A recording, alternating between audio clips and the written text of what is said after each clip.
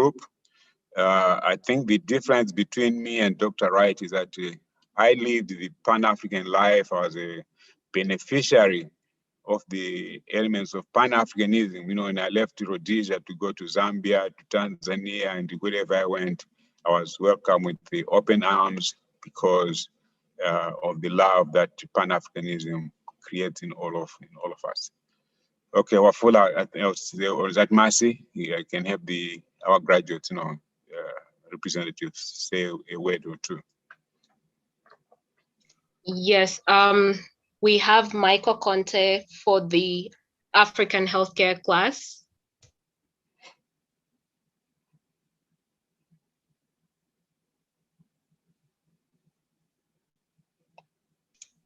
Michael Conte, can you hear us? Yeah. Good afternoon. Good morning, everyone. Wherever you are.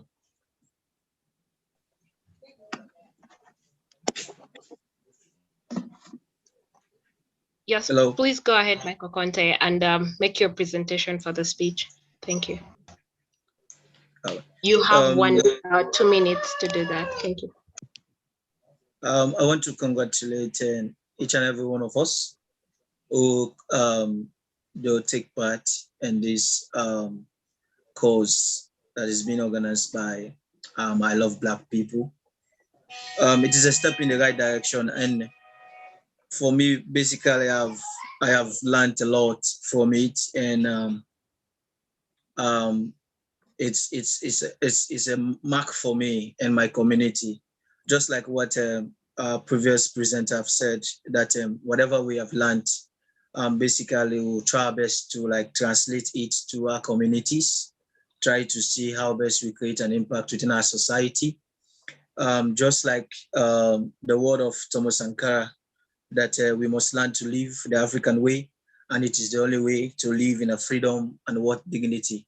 And we can well assure that this cannot be achieved without we being healthy, without we being be able to have a sound mind, and we be able to take care of ourselves and our people that we are living in the community. More so when the war, to some extent, in other part of the world, are looking at Black people as folks that are not having the respect and dignity that they deserve within the continent, within the world at large. So for me, I really, really appreciate. I want to thank Dr. Wright. I want to thank Nana Aku. I want to thank the founder, Sinclair Skinner. I want to thank Yvonne, basically, for the opportunity, for this great task. As we know, the fight, I would say, it's not easy, but we are making a mark, and having this kind of platform on behalf of on the people of Sierra Leone, young people here, I want to say we do appreciate, and we are looking forward to learn a little bit more with whatever thing you want to share. We are open to learn. We discuss possible solutions and try to see how best we as Africans and young people will have a dignity in our lives. We must have a place within other races to see how best we can be able to match up with certain norms and standards that the world may preach, because there are certain races that believe in that they are supreme and they preach the supremacy. But I know as Black people, when you look at infrastructure, culture, innovations, we are making a mark. So I want to appreciate and we say thank you very much. Thank you, Michael. Next, we have Obiri from the Pan-African Organizing class. Emmanuel Obiri, can you hear us? Yes, please, I can hear you.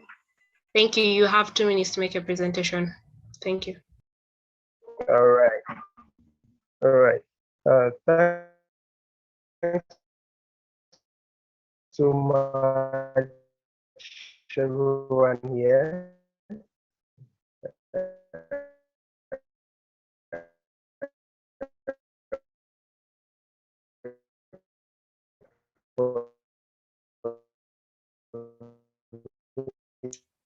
Emmanuel Obiri, I think your network is not clear. Your internet is not clear enough, so we cannot hear you clearly. Emmanuel Obiri, it's been a great opportunity to be part of this. At least I've been taught on how to leverage on today's technology.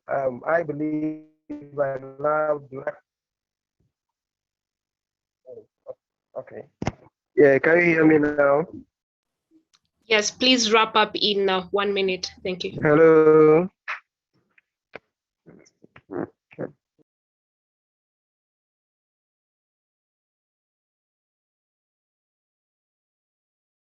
Okay, I think we lost him. So we will move to Mr. Mapondera. Are you still there?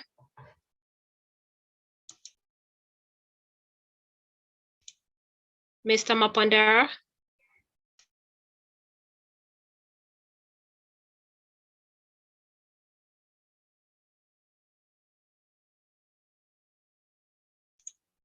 Mr. Mapondera, are you still there? Okay, let us move to the ambassadors, the country spokespersons. Brilliant Kaluma, are you on the call? Can you hear us? Roland Gassam, can you hear us? Hello. Yes, Hello. Roland, you have 1 minute to make your presentation. Thank you. Okay. Thank you very much. Good evening, brothers and sisters. Thank you being here. Share, I love Black People Cameroon. Really report date 11 June 2021, period under review from 5th June 2021 to 11 June 2021. Highlight of key activity on the country group. A Zoom meeting was successfully held on Saturday. Preparation for the next conference call began. Moderator Augustine Mpandeta, member and ambassador who attend the last conference call. Saturday conference call review follow, and moderator Augustine Pande encourage everyone to register their attendance on the next conference call to be on 12th June 2021. Allow Black people as member and ambassador to take the link, to share the link on which people can apply to become ambassador. Co-founder Sinclair Skinner of Allow Black People posted an image on the platform with a picture quote, "Each generation must, out of relative obscurity, discover its mission, fulfill it, or betray it." Thank you, Roland. Your time is up. Allow Black people encourage. Thank you very much. Okay. Because we are. Mr. Mapondera.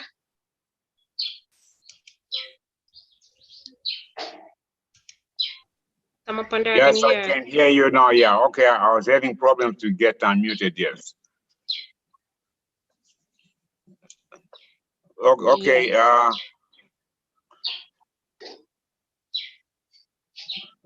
Just hold on.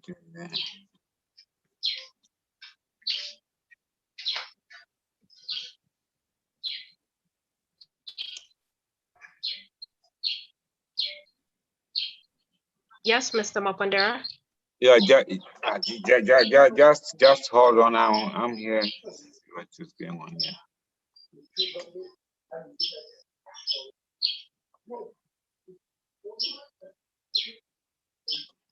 I just lost my connection here. I'm trying to get back to you guys.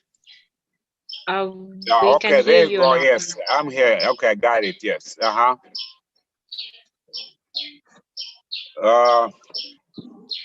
I can entertain any questions or comments right now.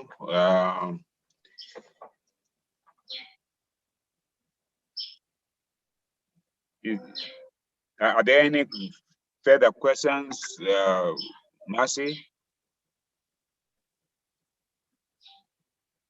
Hello? Yes, just a minute. Let me get them for you.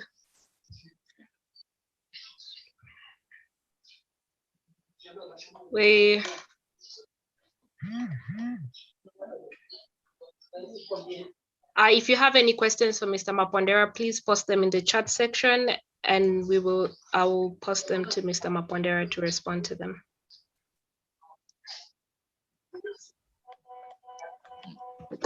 Well, whilst people are also trying to come up with their, some questions, let me just add something on the health side.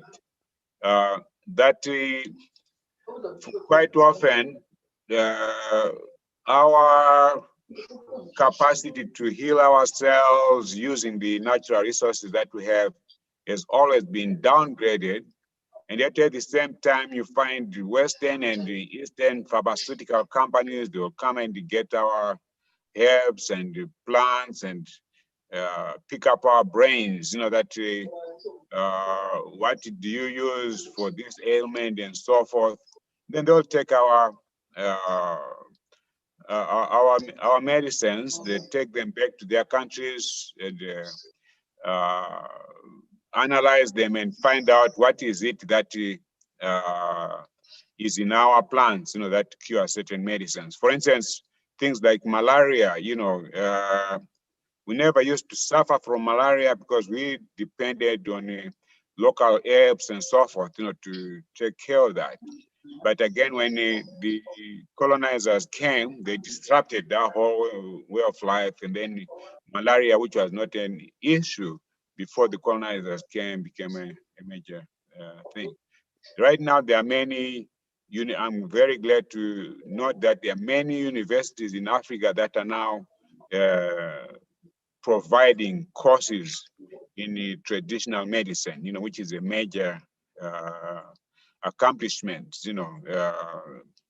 And so what you learned, you know, from Madam Akua was very, very important. You know, I never saw a regular doctor until I was almost 15 when I went to boarding school. Otherwise, my mother used to just find some stuff, you know, in the forest and so forth, you know, and give us, and we were okay. So I would say, you know, you must also pay very close attention to our traditional medicines. Some of them are much more effective than what we are getting from the Western world. And if anything, we now have diseases that we never had before because of the Western lifestyles that we're into. Obviously, we end up having to look for medicines, you know, from the Western world to cure the Western diseases that they have brought on to our lives. But I think if we go back again to our traditional lives, we'll be able to take care of ourselves. I see there are a number of hands up. Mercy, can you see what Moses Tambe wants, or Mohammed and Benedict Cole on Bola Bradmus?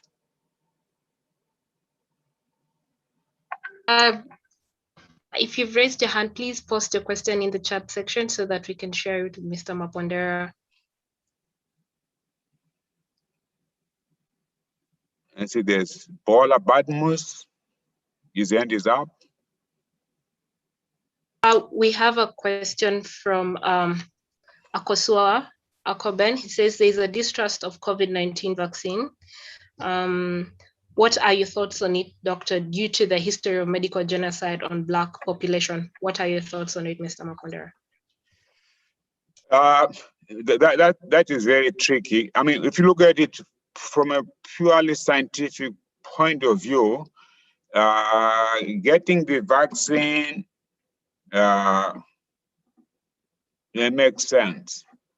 The whole medical world is divided. There are those who feel the vaccine are entirely useless, and some who say, you know, the vaccine can be able to be utilized, you know, to depopulate the African continent and this and that and so forth.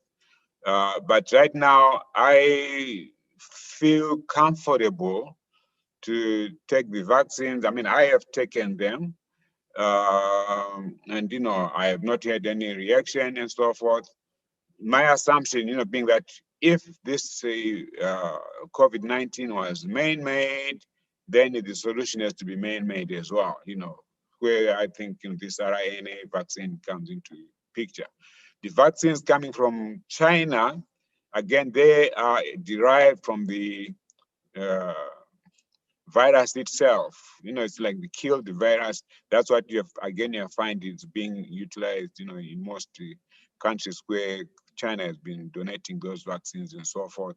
And I believe, particularly, I know for Zimbabwe, they have had, the Chinese vaccines, and they have had, some spectacular results, in the sense that the issue of the virus getting out of control is not there. Actually, Zimbabwe is now considered one of the, what they call it, Division 1 countries, with the least amount of infections and so forth. But the solution really is that we as African people, we must start manufacturing our own vaccines. We have African people working for Pfizer, for all these vaccine producing companies. And there is a move actually by some of the African scientists to say, no, we must start producing our vaccines ourselves, in Africa for our own people. It's also a very big business, like right now, the United States is going to spend something like $1.5 billion for 1 billion vaccines, that they want to donate, to developing countries and so forth. But that $1 billion could have been utilized to develop Africa's own capacity, to produce its own vaccines. So I'll say there are merits to getting vaccines because we're now in an environment that is different from what our own forefathers lived in. Our bodies are now more subjected, to all kinds of things that we never used to have before. With people coming from Europe, from China, they bring in all kinds of stuff which we are not used to. So having those, vaccines can also be helpful. Okay, anybody else? Thank you, Mr. Mapondera. We have 1 minute left to start the Pan-African healthcare class. Okay. So I think those who still have questions, sorry, we'll take your questions in the next Saturday call. Thank you. And for the ambassadors and country spokespersons who have not been able to present, we'll have you next time. Thank you so much, Mr. Mapondera. Yeah, okay. You all have a good week and a good Pan-African life for those who have graduated and those who haven't been in the course.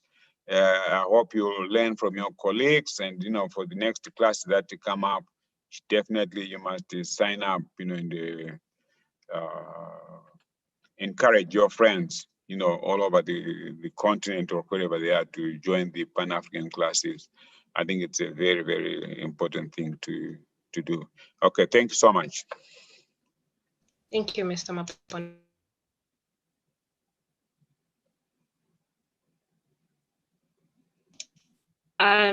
Nanakua, are you on the call? Thank you. I am. Good morning. Good day to you too. We're glad to have you. Thank you. All right, thank you. Greetings, everyone. Thank you for joining us. Glad to see you all. I see there are some repeat students.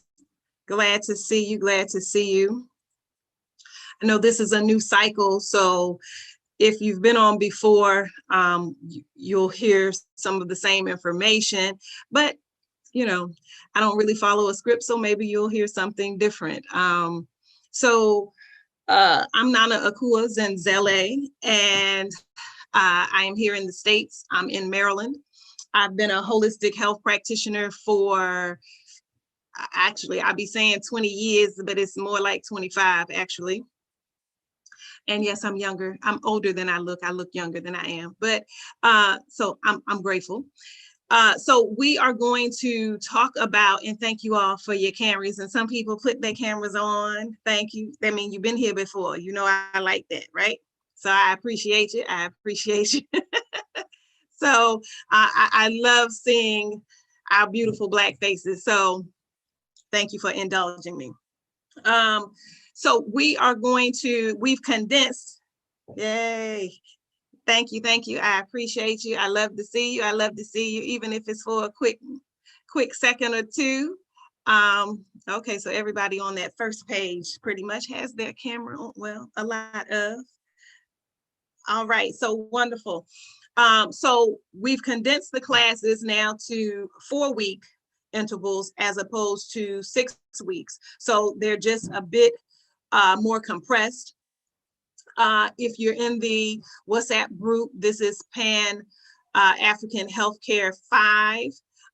Then the materials weren't posted until late last night because I had to rescan things because I had them in 6 parts. So now they're in 4 parts, but hopefully you had time to review them. If not, I am going to be sharing the screen. So if the moderator can allow me to share the screen, I will show the handouts. If you do not have them handy, you can certainly follow along with us. But my goal in this class is to basically educate our people about how to get well and how to stay well, and basically to empower you to take your health into your own hands.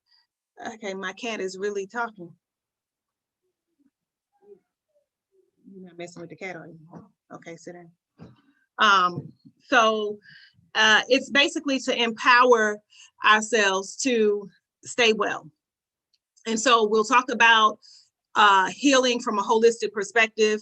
A lot of what you'll need to know, you will certainly get that information, even if it's just a quick introduction, because this is a very short class. An hour is a short amount of time, 4 weeks is a short amount of time. However, I think I counted last night, there's about 125 pages of information that you'll get over these 4 weeks. Right? So each is, 25 pages or 26 pages or 28 pages each week. So you'll have the information. I encourage you to put it in a safe place, some kind of folder or binder.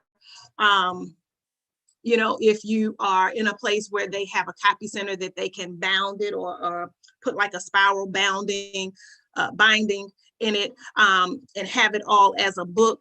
That's an option, but it's valuable information. Even if we don't go through each and every page, you'll have the information and you'll have a good resource guide to kind of refer back to, okay? So let me share my screen. If you can enable me to share the screen, please, moderator. And it must be someone different. It's a different voice. It doesn't sound like Yvonne.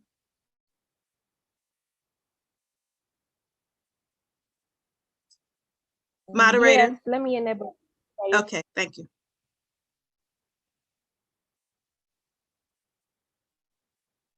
Okay, so here we go. So pretty much we're going to start out with what holistic medicine is. What is natural healing? There are a lot of these words and they're pretty much used interchangeably, quite honestly. Sometimes I say natural healing, sometimes I say holistic health or holistic wellness. All of these terms are pretty much the same, but I wanted to pull out a working definition. And, I'm a bit of an overachiever. So I basically pulled out 3 definitions here. And so and I found this really crafty word chart or word graph that sort of just lists all of the different concepts behind holistic health. Okay, but let's start with these definitions. So holistic medicine is a form of healing that considers the whole person, body, mind, spirit, and emotions in the quest for optimal health and wellness. Okay, so we're considering the whole person, not just one aspect, not just the physical, not just the mental, not just the spirit or the psychological, but the entire person is all relevant and all relative into one's overall well-being. There's another definition here, holistic wellness. This is an approach to being healthy that looks at a person's health in a holistic way. This considers the body, mind, and spirit. Attention to all 3 is needed to stay balanced. Holistic medicine believes that each of these things work together. And then overall, a holistic approach means to provide support that looks at the whole person. So it's all saying the same thing, but just driving in the point of it's all necessary when you're talking about overall well-being. This support should consider the physical, emotional, social, and spiritual well-being. So some aspects of holistic health or natural healing is you consider the lifestyle, you consider the mind, concepts like hope and faith and peace, a part of it. You do that by using diet and vitamins and minerals and fruits and vegetables, and all of these aspects tie in. Determining the root cause, you'll see that word there. Integrating, food, mind, body medicine, preventing certain conditions, fitness, all of these things. They have supernatural here. I would really put spiritual there. They have spiritual somewhere else, but supernatural, we don't have to make things sound spooky. All of this is of nature and all of this is natural. But yes, these are all concepts that deal with holistic health. And so I won't go through all of these holistic healing principles, but this gives you further information as to what it means to be holistic in your healing. Optimal health, the healing power of love, the whole person, prevention and treatment. You're not just treating symptoms, you're looking at the root cause, using God's innate healing power that we've all been given, the innate healing power that exists in nature in all of God's creations, integrating different health systems to address the entire person, relationship-centered care, meaning you would have a practitioner that would take good care of you. They would focus on you as a person, your interests, your needs. If you're not into medicine, a good practitioner will help you heal yourself with foods or exercise or other aspects of health, and not just shove prescription drugs down your throat. And they would listen to you and what your needs and your concerns are. They would focus on you as an individual. What are your specific needs as a person? Not just what most people who have diabetes or most people who have cancer, what they do for them. It would be more individualized. And then they teach by example. They would be able to help you incorporate these principles and really be able to show you, meaning they should have a firm understanding of that and live that and be a personification of those things as well. They should look like health. They should look like they are well themselves. And then they teach, learning opportunities. They teach you how, to avoid certain conditions, and, they can learn from you as you learn from them. So these are just some of the concepts. So again, this page here talks about the different types of alternative therapies, herbal medicine, nutritional therapy, folk medicine, or I would say traditional medicine, faith healing or spiritual healing, acupuncture, chiropractic, naturopathy, massage, music therapy, all of these and more are some types of holistic therapies or alternative therapies. And I place this traditional, this is a Sangoma practitioner here. I place this traditional healer here because especially those of you who are on the continent, in my opinion, I'm also a traditional healer. I'm a traditional priest in the Akan tradition, rooted in Ghana.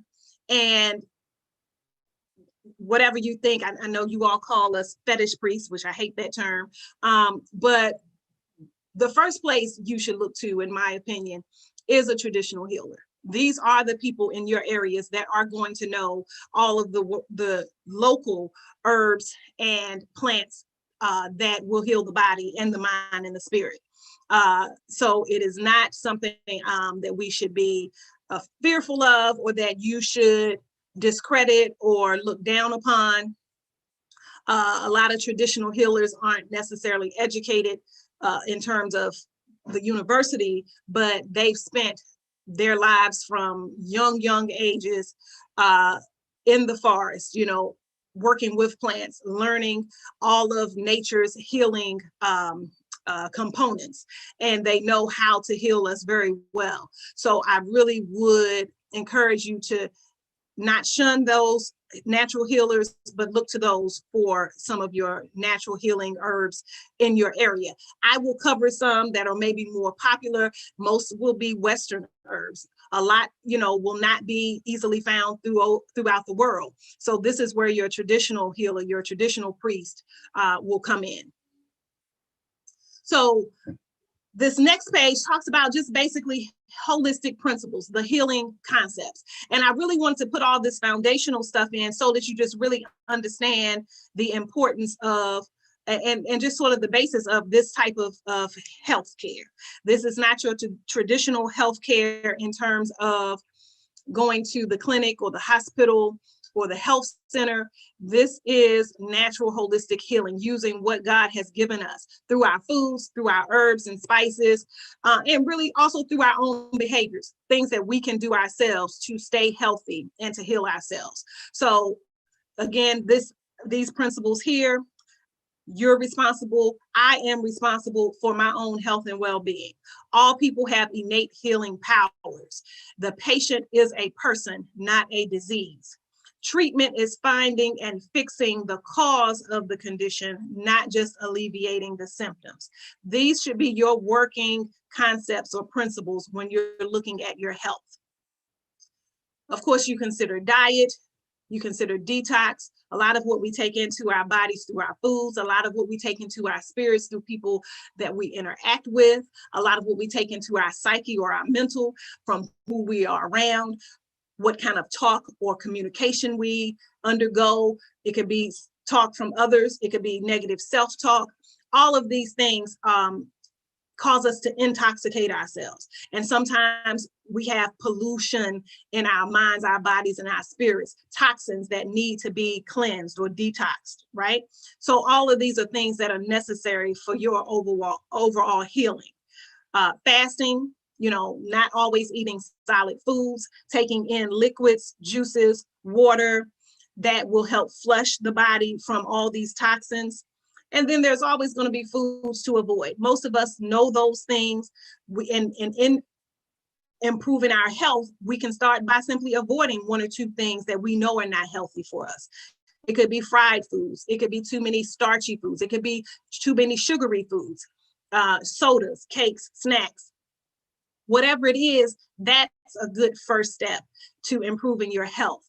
Changing over how and what you eat. There are many other concepts to healing, balancing the chakras. These are centers in the body.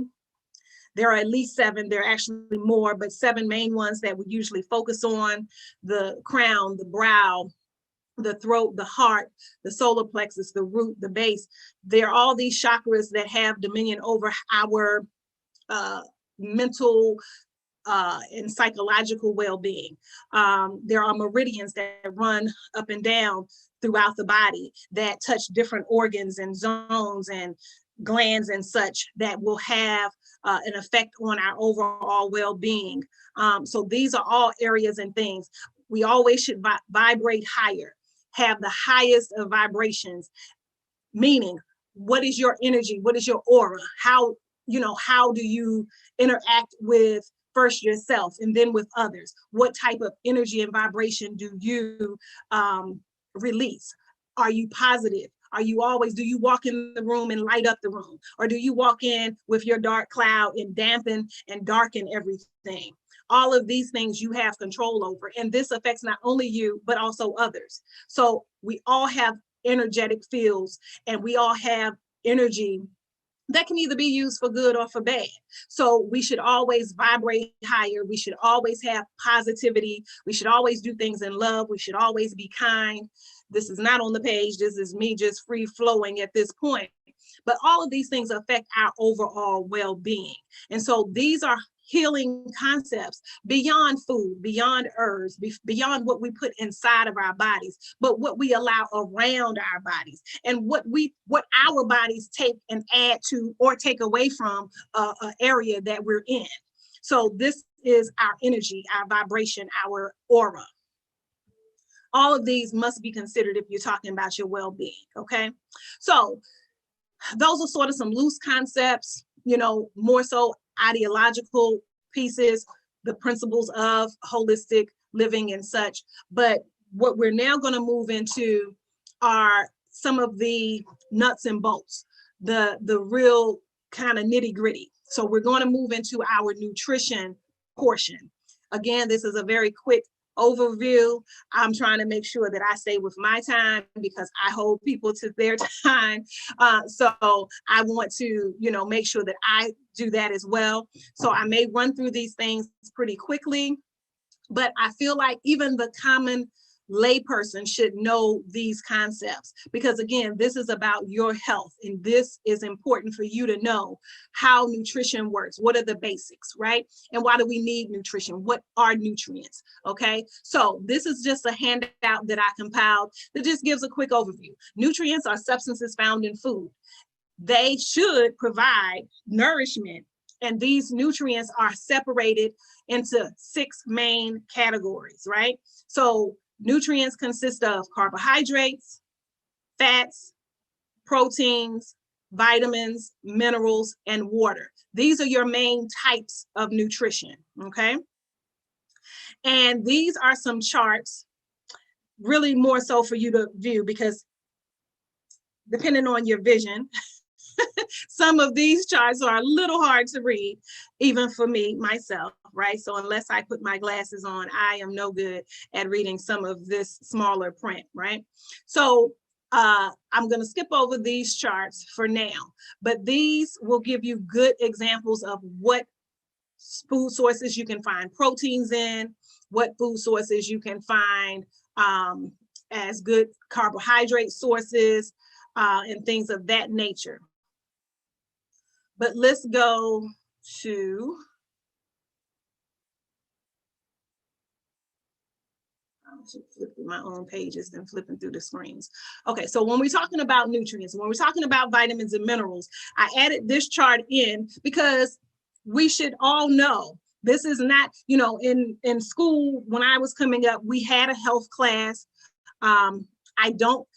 Here in the States, they sort of rotate this around as a resource, and it's not something that children get every day or every quarter or every semester, right? But this is information that every person should know, right? So while I won't go through each of these vitamins and minerals, I wanted you to have this information. You should know in general what vitamin A does, what vitamin C does, what vitamin D and K does, so that you have a working understanding of why these nutrients are important. Same thing with minerals. You should know why we need calcium, why we need manganese, why we need chromium. Okay, what these nutrients are and what they do in the body is important.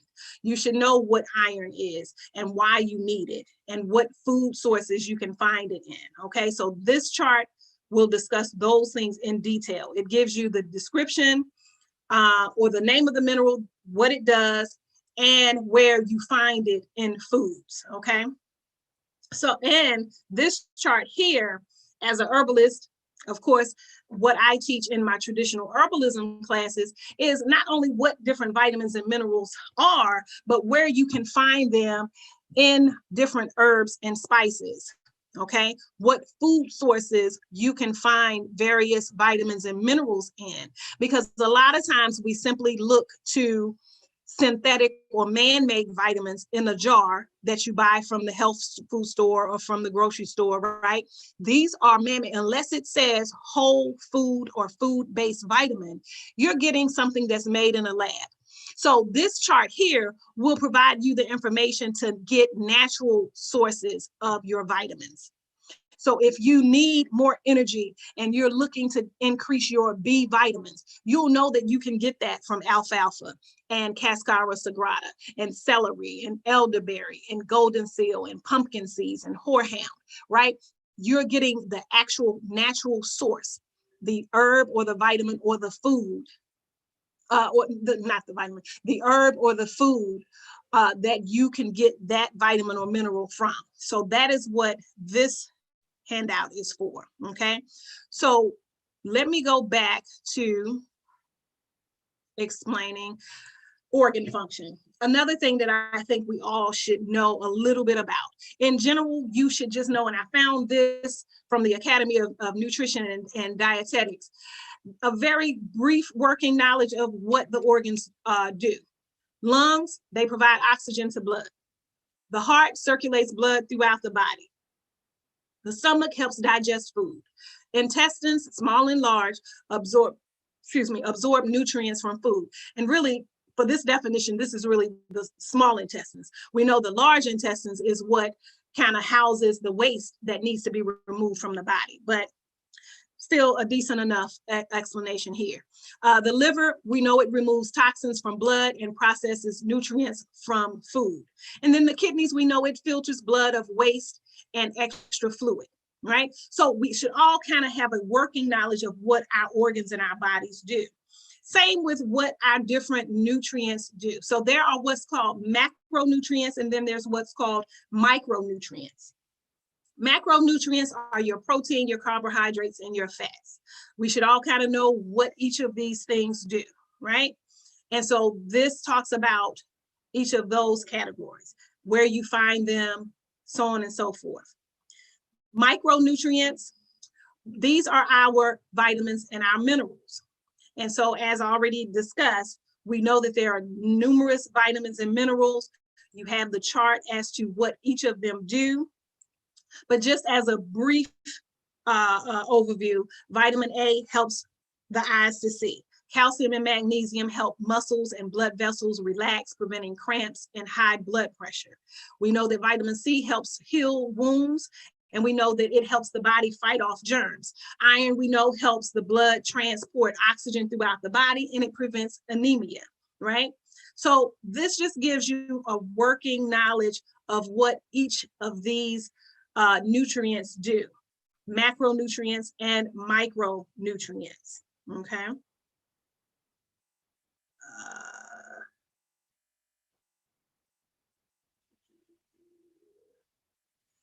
Skip through here, and I see there are a lot of questions that are kind of popping up. I'm seeing the numbers increase. So I want to get to a good stopping point, because as you know, I like to kind of midway through stop and answer questions. Okay, so, and let me just pause in this regard. There's always a lot of question about what type of diet one should follow. What is the best course of action for a healthy body? Not everyone will be vegetarian, but you have some people that will say, oh, you should be vegetarian. Even a vegetarian will perhaps suffer or struggle with eating too many sugars or carbs, right? So it all depends on you really evaluating your diet, your lifestyle, what you are used to. Are you a cook? Are you always on the go? Do you have time to prepare certain foods? So you have to be realistic with yourself and really focus on what is going to best work for you. Then it also has to do with whatever your family history is, what diseases or illnesses you may be more susceptible to than others. I'm from, a certain area where we were raised on, the farm, but that also meant every animal, including the pig, right? And so if you are used to eating a lot of meat, or especially your salty meats like pork, then you would know that's where your area of focus may need to be. Cutting down on meats, cutting down on certain types of meats or flesh. If you know that I'm not really a big meat eater and I'm not really a big eater at all, I'm more so a snacker, then you know that you have to find more healthy snacks. Raw nuts and seeds, not everything that's roasted and salted and honey roasted with whatever sugars and stuff on it. Or, oh, I'm not a snacker, but I love dessert and I like cakes and cookies and pies, and yeah, diabetes runs in my family, then your focus is not necessarily to stop eating meat, but to cut out sugar. Knowing which sugars, or what sweeteners, I should say, to sweeten your food with, as opposed to getting pre-packaged or pre-made cakes and pies. You may need to bake your own desserts with organic flours and natural sweeteners such as xylitol or monk fruit or stevia or agave nectar, or even if you're still doing sugar, a raw pure cane sugar that hasn't been bleached and that hasn't been processed into regular sucrose or your typical white table sugar. So it just depends on where you are, because that's always, I think, a question. You may live in an environment where starches is a big part of the diet. So you may need to start putting more effort into getting more vegetables as opposed to just your root vegetables. You know, not everything being corn or yam based. That may need to be your transition, especially if you're heavier around the middle and you're prone to having glucose issues, diabetes, hypoglycemia, things of that nature. So it all depends on where you are, what your diet is like, what your lifestyle is like. Do you have a sedentary lifestyle where you're always sitting at a desk? You may need to put more effort into eating heavier foods in the middle of the day so that you still have time to walk things off a bit and help, you know, things get processed so that you're not just putting on pounds and weight around your midsection because you sit all day for your job or what have you. So I want to go through some of the questions and let me make sure I don't.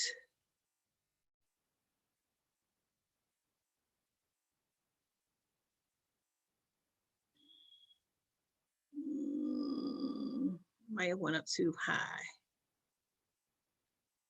I'm with you, Mama Denise. I'm not taking the vaccine, but you know, that's not my thing. I never have. And I don't give them to my children either, not any kind, not this Corona one, not all these other tons of ones they give them as infants.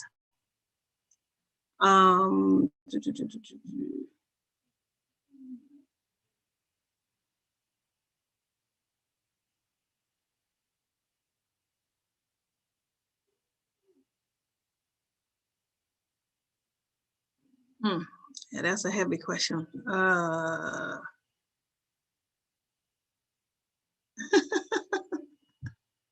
Who looks cute in the shirt? I look cute in my shirt. Yeah, I done had my I love Black people shirt for a long time. I need to get some more.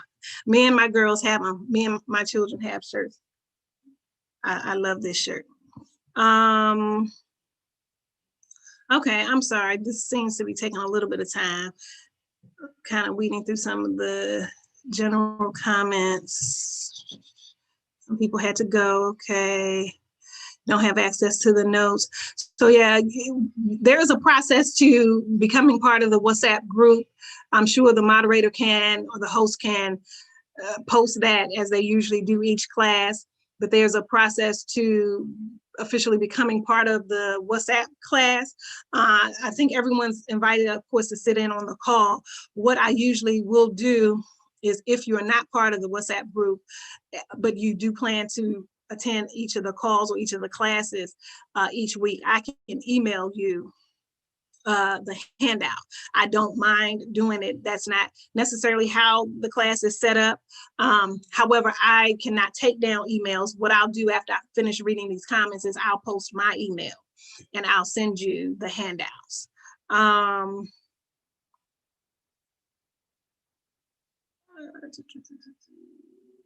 Okay.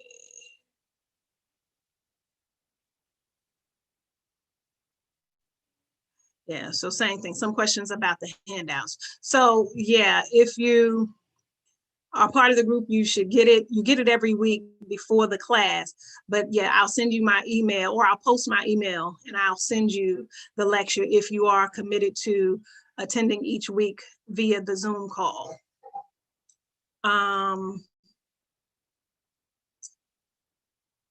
So thank you all for joining. Thank you for your comments.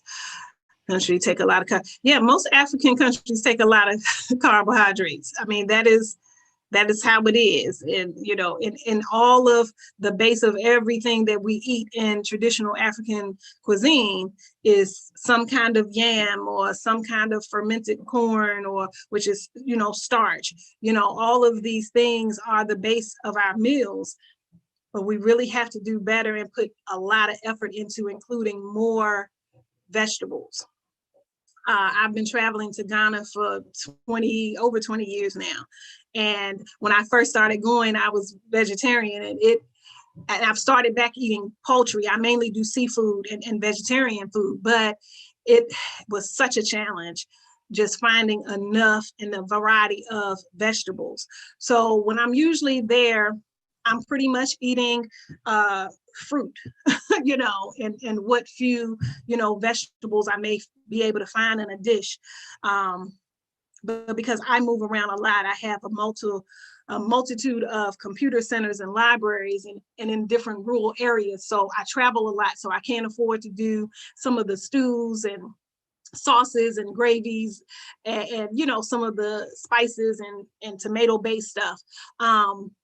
Just so that I can comfortably travel and not have any stomach issues. But it can be a challenge. So, you know, it's something you really have to put effort into and really take your time to figure out what works best, again, with your schedule and all of that. Oh, yeah. And, you know, people ask me all the time how to cleanse from the taking the vaccine. You know, I think always a good idea with any kind of medication or any kind of foreign substances that you're putting into the body is to do a good liver and blood cleanse. And whatever herbs cleanse the blood, definitely cleanse the liver. They go hand in hand.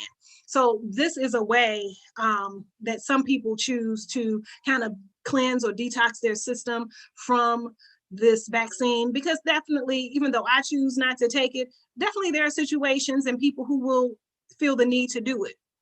All of this is a personal choice.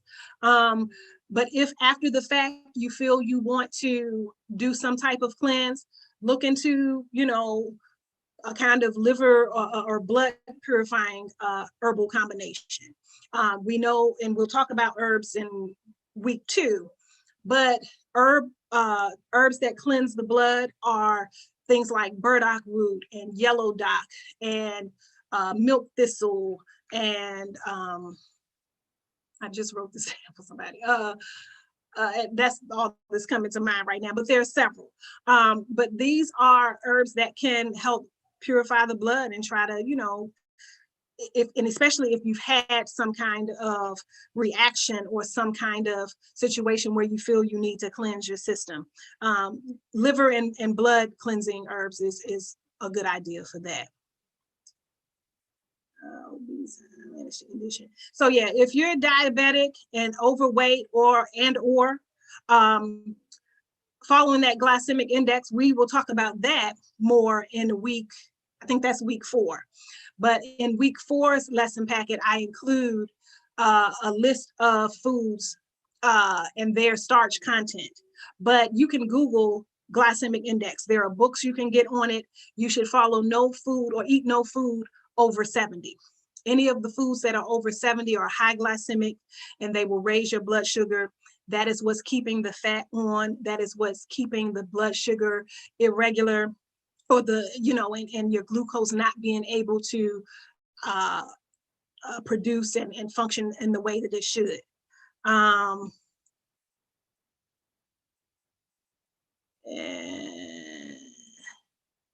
Okay. This is more than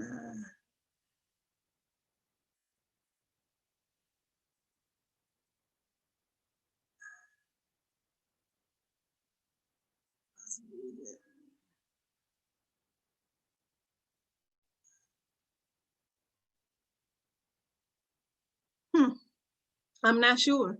I'm not sure what they are now saying about the, yeah, honestly, I think there'll be all sorts of things that will come after the fact with getting this vaccine. I mean, we know we started out with people who were, oh my gosh, I'm forgetting, they were having some kind of blood clots, and now there's people becoming sterile, or like there's all sorts of things. And I think they're all sort of possible side effects, some that may be temporary, some that may be permanent. Question everything, consider everything. The best thing I've seen on it, and I don't get too much into it, and I've kind of stayed away from this conversation because, I don't give advice anymore. And, I only educate and I share my opinion, or I tell you what I might use, or what, my views on something might be. But I do think the most interesting thing I have seen about the, let me stop sharing for a second. The most interesting thing I've seen about the vaccine is just how people point out that there are so many other deadly conditions that you don't get free treatment for. You don't get a free test for it. You don't get a free vaccine or treatment for it. And now all of a sudden, and anybody who has kept up with anything with medical research, most medicines take years and billions of dollars to research, study, test, before they ever get to release it and use it on human beings. And now here we are in this situation where in a matter of months, not only is it very fast, and I understand people are dying, so I'm not discounting the need for a remedy, but now you have this situation where not only did it take such a short amount of time, that it's now free. And you just won't find that in any other condition. People die of cancer, of AIDS, of all kinds of horrible diseases, and the treatment is not free, And so I think that, yes, we should kind of consider all of those things. But if you are in a situation where you think that you are exposed and cannot stay safe otherwise, or you have a compromised immune system, or you work around other people that have compromised immune systems, and you choose to say, well, I'm going to take that chance. All of this is always a personal choice. That's always how I've lived my life. I've been a naturopath. Legally in Maryland, I'm not a naturopath anymore, but I was trained as a naturopathic doctor. And they've changed the laws here. So if you notice how I mince my words and choose my words wisely, that's why. It's not because I don't know or don't have an opinion, but we are regulated by different laws and standards and such, right? So what I'm saying is question everything, but always how I have done is I meet people where they are. I don't judge. Whatever you're comfortable with. I've had people that have come wanting natural cures for cancer because they are afraid of the chemo drugs or they don't want to do the radiation. It's all a matter of personal choice. It's your body. You have to live with whatever decisions you make. But as an informed patient or client or just consumer in general, you should always question things. You should always research things. You should always be comfortable with it and know that it's the best thing to do for you, given your circumstances or your situation. So that's that. So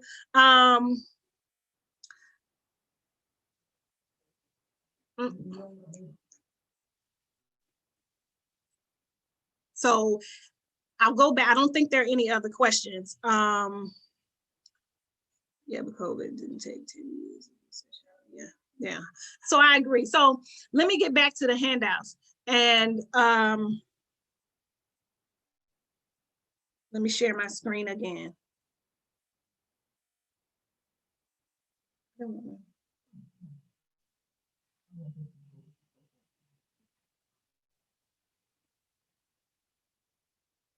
So let me scroll back through to where we are. So these pages here are simply information on sort of where to start. And I'm just going to pull out different things that I find relevant, right? So what we're saying here, we talked about the concepts, the different types of diets. I think in this handout, yeah, they list different types of diet. Again, this is what's going to be best for you. The raw food diet for some people is an excellent option. It gives you alkaline forming foods. It will allow you to get all the nutrients where they've not been cooked out and made void, because adding heat to it will do that.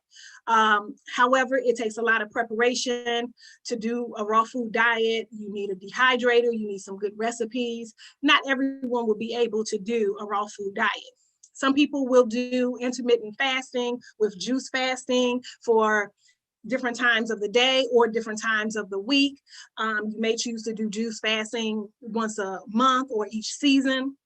This is a good option to give the digestive system a rest from having to really break down solid foods. Some people choose to follow an alkaline diet. This is basically a diet where you're not consuming a lot of acid forming foods. We know that acid forming foods get in the body, make things stiff and stagnant. Alkalinity, a certain level of pH is what we need so that we can function at an optimal level. This is an excellent type of diet. We should, and even if we're not following an alkaline diet, really our diets, we should have a goal of at least 60 to 70% of our foods being alkaline forming foods anyway. Even if you consume meat, even if you do sugary foods, predominantly though, your foods should be at least 65, 70% alkaline foods. Some people choose a macrobiotic diet. This is mainly vegetarian, but it'll have grains and vegetables and things of that nature. Usually this is an Asian style diet. There are macrobiotic diets, books, macrobiotic restaurants, if you choose to do that. This Gershon diet, I'm not personally that familiar with, but they listed it here in this handout. But this basically includes organic, vegetarian foods, raw juices, coffee enemas, natural supplements, just sort of combining a couple of different concepts together. So does make sense to me as well. So again, you have to assess what it is that you can do. Ask yourself, what's the purpose of the diet? Is it weight loss? Is it heart disease? Is it diabetes? Do you have allergies, high cholesterol, or what have you? And you have to figure which would be the best for you. But I listed these here so that you would know your choices with that. And let's go back to water. We know that water is essential. We know that 60% of the body, or 2/3 of the body, is water. We know that it's needed to flush, to cleanse, to purify. It needs to be present so that proper circulation exists in the body. So water is crucial. There's no way around it. A lot of people struggle with water. The best I can say is that there's no replacement for water. You can't replace it with sugary sodas. You can't replace it with juices. There's nothing really you can replace it with. The best you can do is perhaps add maybe some lime or lemon or orange to it. Some people will add herbs like peppermint or parsley. They may add cucumber. These things you can add to your water to make it more interesting, give it a little flavor. But other than that, I really do not recommend anything else in your water. Your water should be as pure as possible. It can be alkaline water. If it has to be some kind of purified water, if it's been purified using reverse osmosis, that's a decent option. Alkaline is what I tend to drink, or distilled. And how much water you drink is also important. So typically the rule of thumb is half your weight in ounces.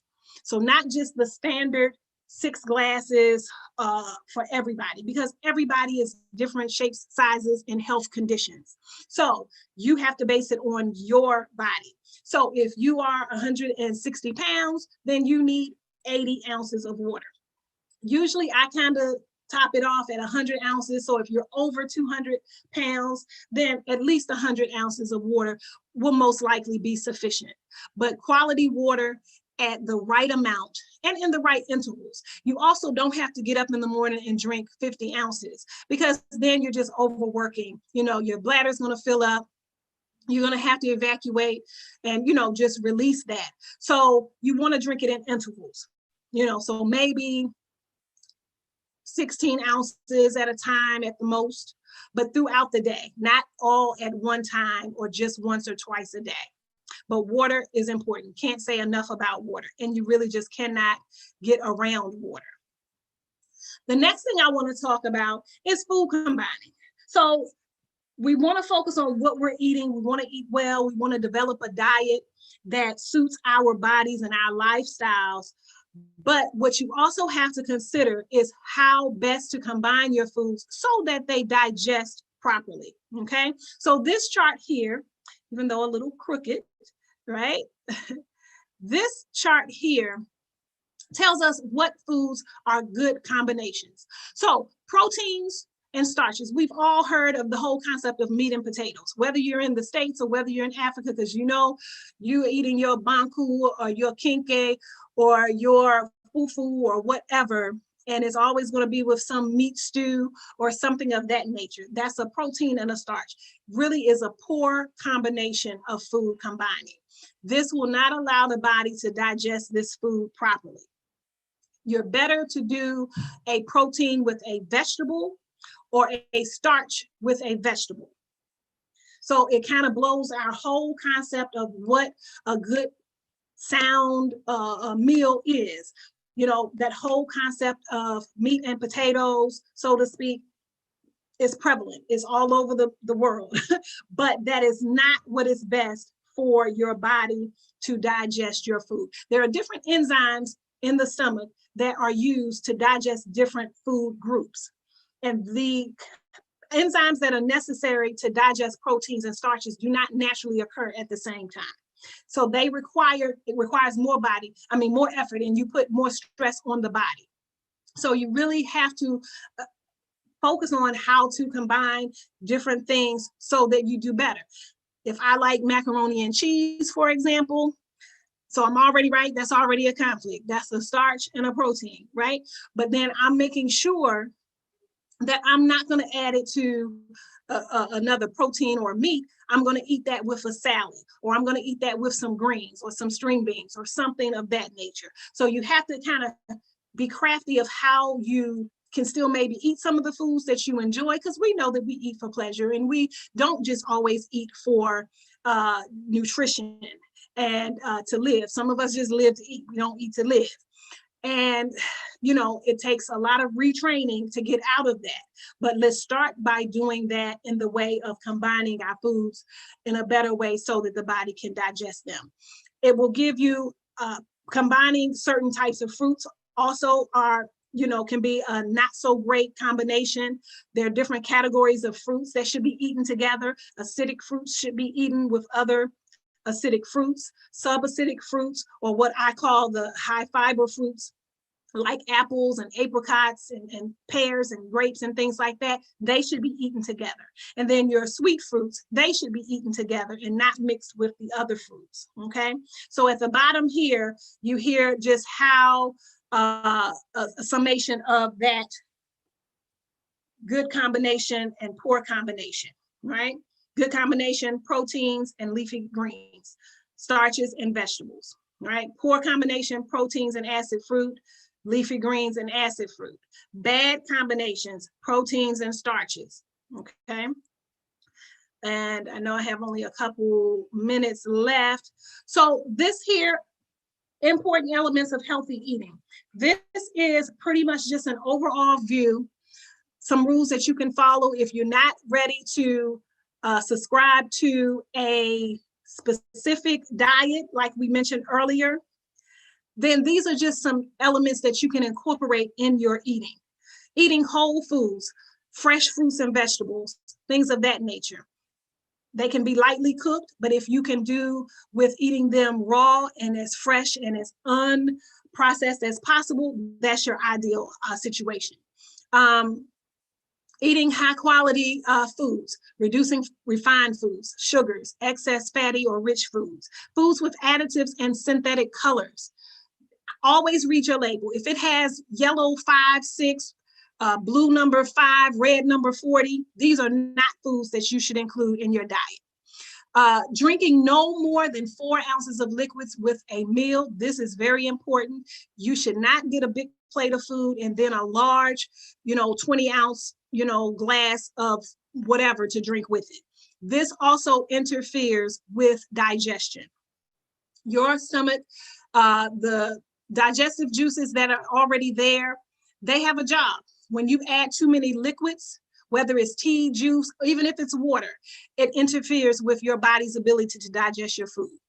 Chew your food thoroughly. Eat when you're relaxed. Never eat when you're upset. If you're in an extreme emotional state, that is not the time to eat. Give yourself 20 minutes, 30 minutes, calm down, relax, maybe drink some herbal tea, some calming herbs like some skullcap or melissa or lemon balm or hops or something like that to kind of calm down a little bit before you eat a meal. Nutritional supplements, doing only moderate amounts of alcohol, caffeine, nicotine, things like that, getting exercise, and then of course, eliminating properly. You have to eliminate. If you are not eliminating having a bowel movement at least once a day, preferably twice a day, you will develop a problem most likely.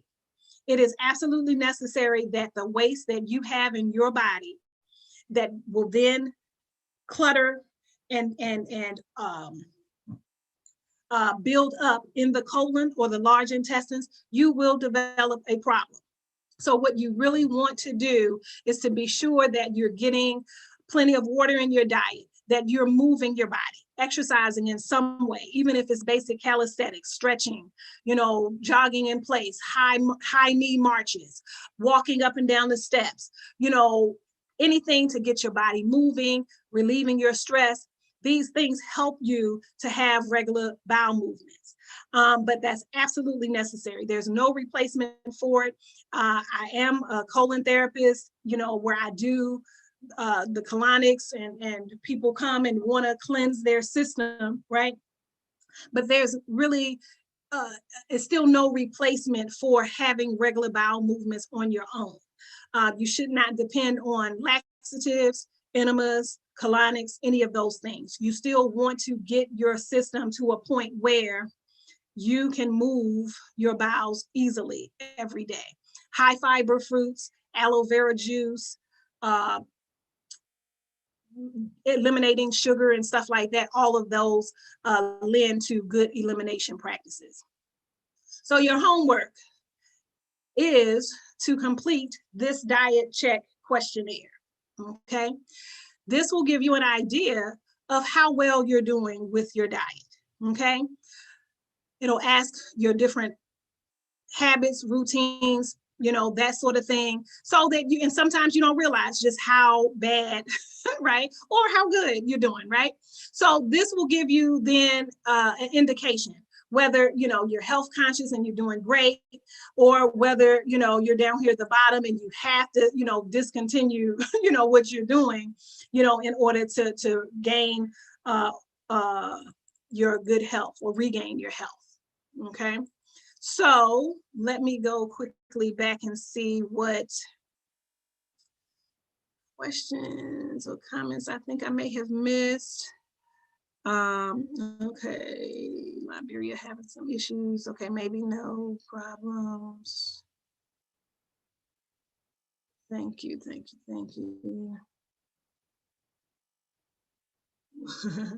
I was due to go to Ghana this year, but not a fan of sitting on the plane for 10 or 11 hours with a mask on.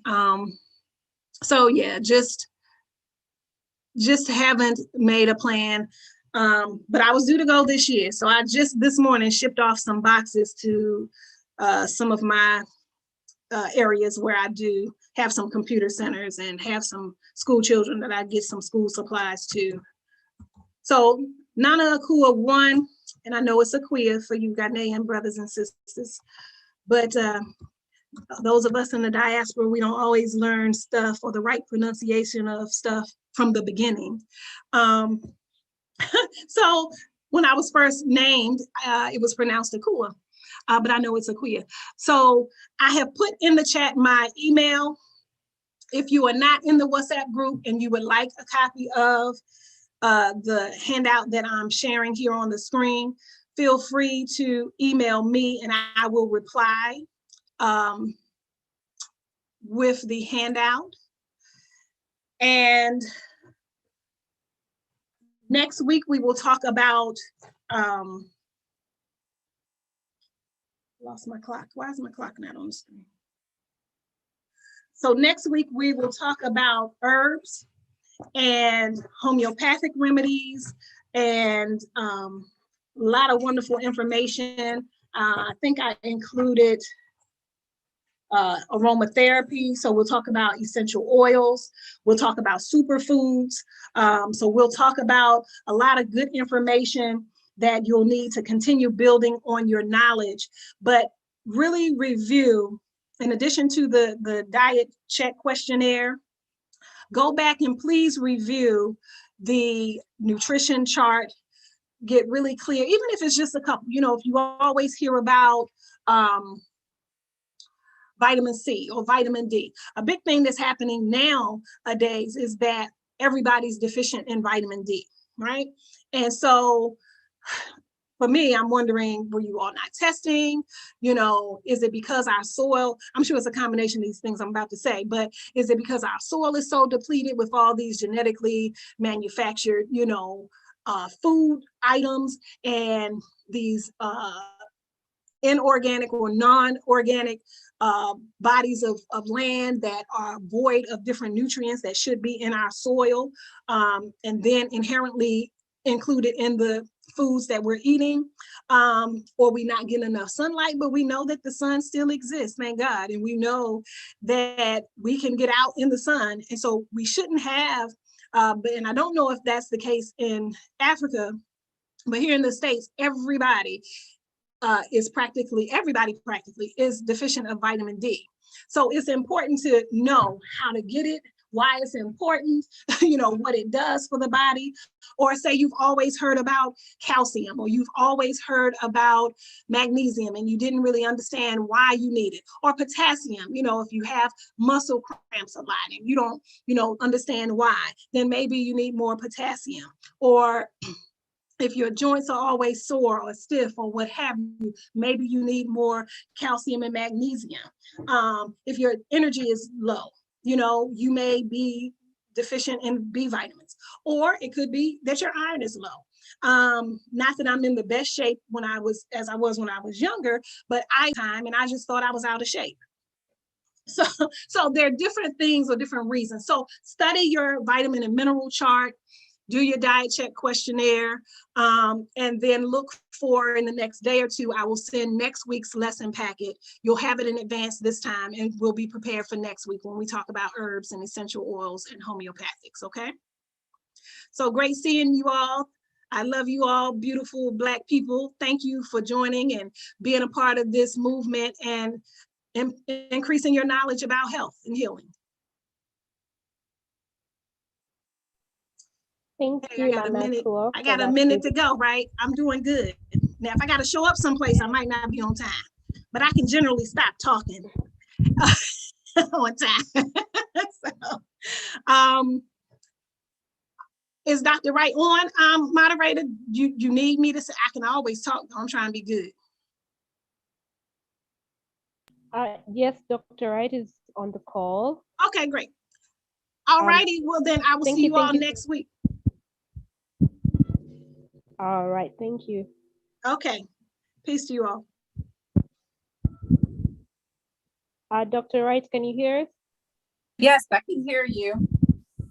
Thank you. Thank you. Okay. Good morning, everyone. You don't see me as of yet. You'll see me shortly. Welcome to Pan-African Organize. This is our, wow, I think this is our, well, I know it's our 6th or 7th cycle doing this course. And I'm going to be sharing in real time your curriculum. But I want to frame something because I'm going to do things a little bit different than I have in the past with this particular course. And that is, I'm going to start it out with a film because I want us to be able to reference in scientific ways who we are and where we're going and what you're doing in an organization such as I Love Black People. Okay, so bear with me 1 second because actually I was on one device and now I'm switching to another. But that being said, welcome once again, all of you. What we will be doing is moving through the history of Pan-African organizing and the concept of Pan-Africanism as it emerges in the world.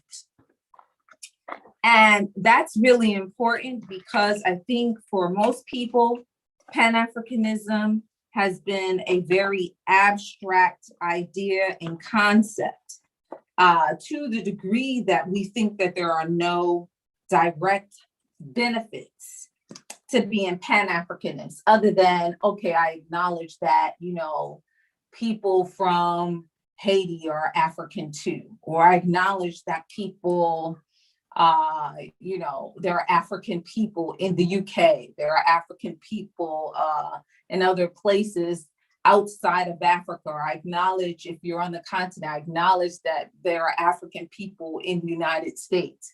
And beyond that, we haven't been able to, any real and concrete way, have a understanding of what Pan-Africanism is and what it in effect should do for us, because it definitely does something for us. So we will cover the topic organizationally in terms of the organized efforts around Pan-Africanism, starting with the first Pan-African Conference in 1900. So basically 121 years ago, there was a famous conference in London hosted by the African Association. And then we will follow that history as it moves from the diaspora back onto the African continent and takes another form in terms of continental unity, right? A push for continental unity. And there will be both individual proponents of Pan-Africanism as well as organizational and collective proponents of Pan-Africanism. And this is very important because how individuals express Pan-Africanism is going to be different from how individuals express Pan-Africanism is going to be different from how organizations are able to express Pan-Africanism and make decisions accordingly in order to bring about, in the African sense, some level of unification, okay? And so that, in essence, we're going to cover this semester, though, or this cycle. I have been working in between the last cycle and now to make it a little more visual than it has been in the past. So you'll have the readings, which you don't see yet because I have to open them, repost them. However, I use some footage, okay, of various documentaries, various films, to exhibit what, in essence, I am talking about in terms of Pan-Africanism. And this is very important because it's one thing for you to know, and it's another thing for you to see it in motion, right? Very often I think that we experience things that we don't have a definition for or we don't understand the meaning of. And then later on, we gain an understanding of what precisely that action was. So this will be a course where you get to discover in thought and in practice what Pan-Africanism looks like, okay? And once again, I can't stress enough that Pan-Africanism is not some abstract concept that produces no benefits, but just the opposite, okay?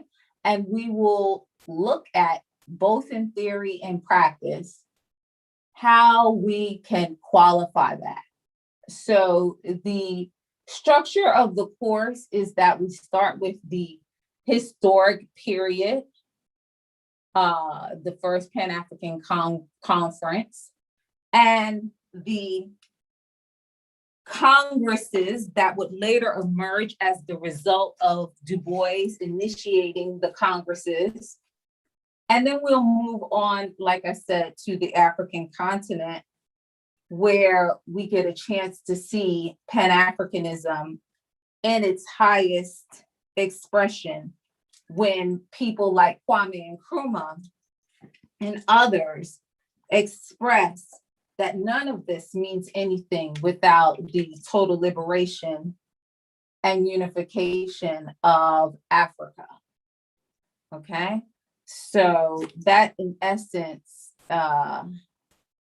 is where the course is going. Typically, we will have a Q&A portion of the course or the session where I will stop lecturing and you will be able to ask me questions about the readings.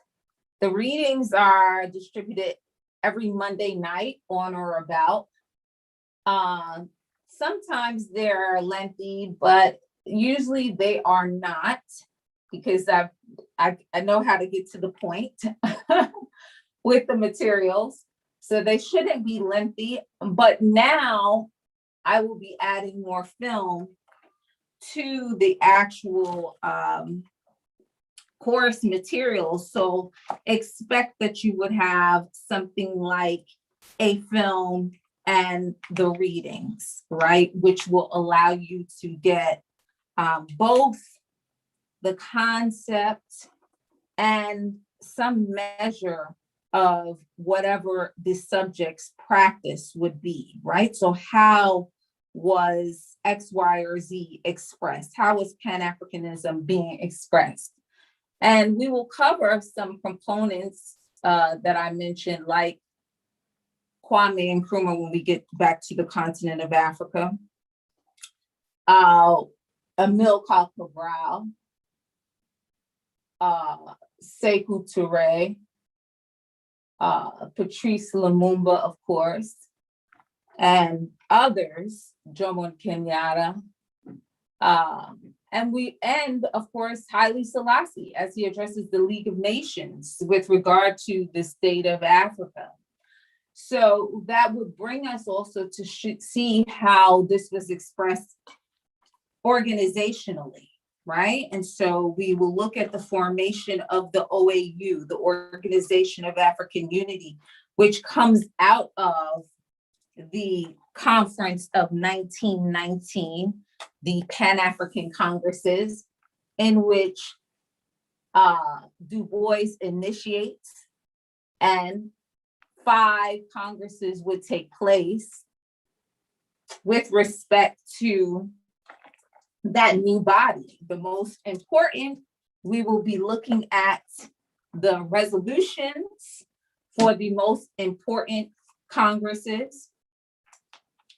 And those congresses would be the first one in 1919 in Paris, and the last one, the Manchester Congress, okay, where African leadership unequivocally state that the ultimate objective is continental unity. And as you all know, we are still struggling for that, to bring that about. What does unity mean?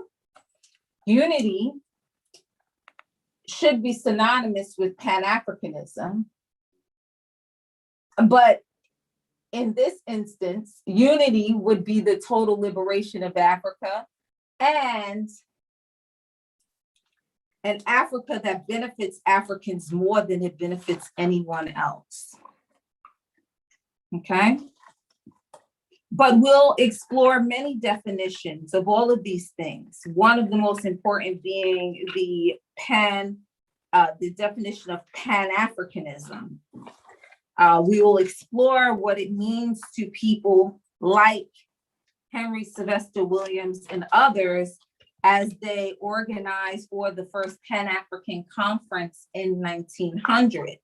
We'll explore what it means to people like Du Bois and then Marcus Garvey, who founded the Universal Negro Improvement Association and comes out into the world and organizes the first Pan-Africanist and Black nationalist organization the world has ever seen, the largest, okay? That being said, the bare bones definition that I will assert in the course will be the unification of African people for the purpose of eradicating oppression. That will be the bare bones, meaning our unity is meant to protect us. And you will see that during the course of this cycle, how that directly relates to the work that you're doing in I Love Black People, and how this course, which in essence is ideological development, will facilitate the work that you're doing. So this is how we prepare our minds for the work that you're doing in this organization, right? It is considered ideological development. So, so we will delve into all of those definitions. Now, materials that we'll be using will be distributed to you in the WhatsApp group, right? Pan-African Organized, I think it's Pan-African History and Organized. 6A, 6B, 6C. And I will, as I said, put them in PDF document format, scanned into the group and accessible to you wherever you are, okay? The point of that is so that the cost of the course or cost of the materials are not your responsibility or your burden in any way, okay? So all of these materials are provided by us for the purpose of the course. So it would be PDF format. Any films are very often, and before we even embark on the materials here, I'm going to have you watch a film because I want to press reset on everyone's consciousness in terms of the origin of humanity and why a conversation around Pan-Africanism is important, okay, in light of that.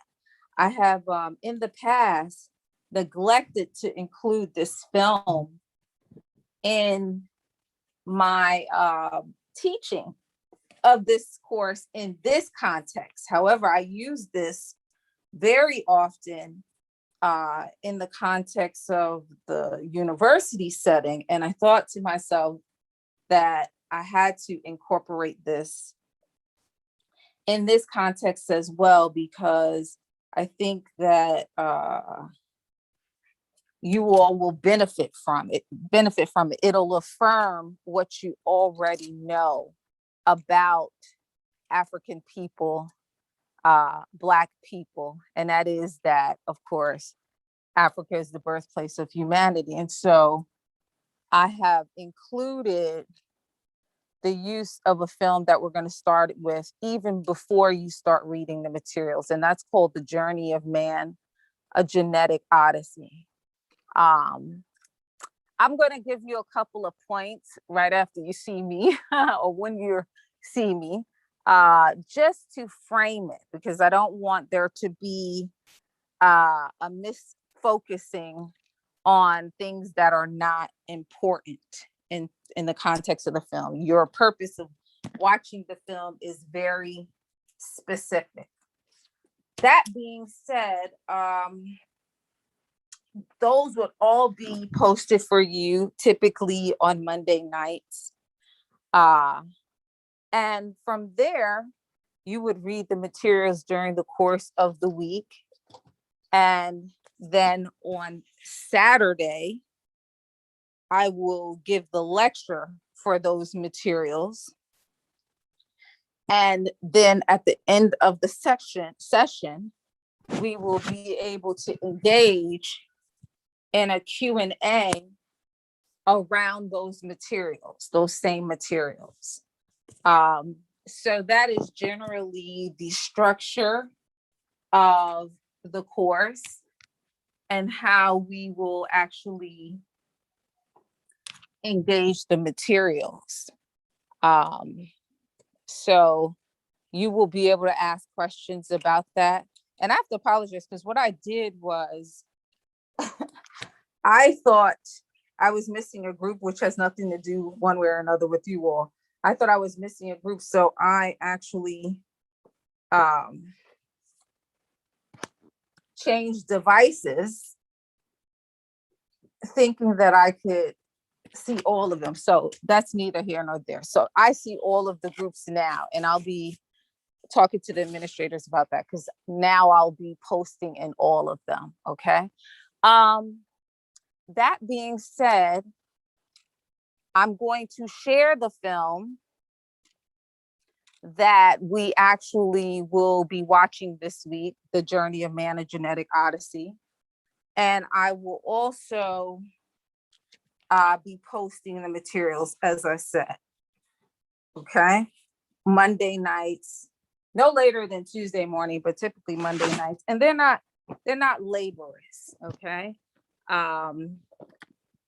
So the other final thing is this course does not include exams. They're just benchmarks in terms of your learning. You will be able to kind of express some of your questions, thoughts, and inquiries about the materials during these in-person sessions where I engage you all. I think either Alex or Yvonne, sometimes I read the questions, but sometimes they assist me. So we'll work that out. You'll have benchmarks along the way, but this course is going to be taught like a seminar, a graduate level seminar. Okay. So there is not an undergraduate course, but a graduate level course where you really, the course itself, the learning itself is the consumption of the materials. Okay. And not test-based.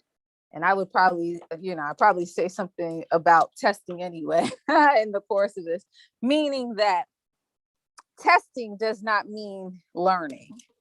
Okay.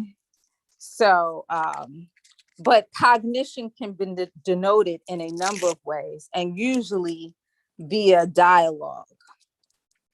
So, dialogue, visuals, and then of course, sometimes ritual, right? Engaging the process of doing something. So, and it doesn't necessarily have to be a test per se. So those will be some of the ways that we will engage around the materials and the learning of the materials in this course.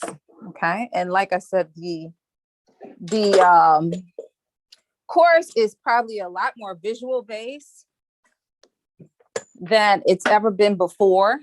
And I'm also starting out with a film, as I stated, which I've never done before. And that will be The Journey of Man, A Genetic Odyssey. Because when we start to talk about humanity, we need to have a good understanding of who humanity is.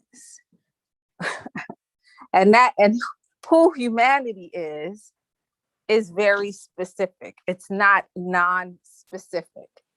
And so this film will bring that home to bear for most of you in understanding who humanity is and where humanity, I think you guys all know where humanity began and what is the plight of humanity that brings us to the space where we need to be working towards eradicating something like racism and xenophobia. Like, why? How did we get here?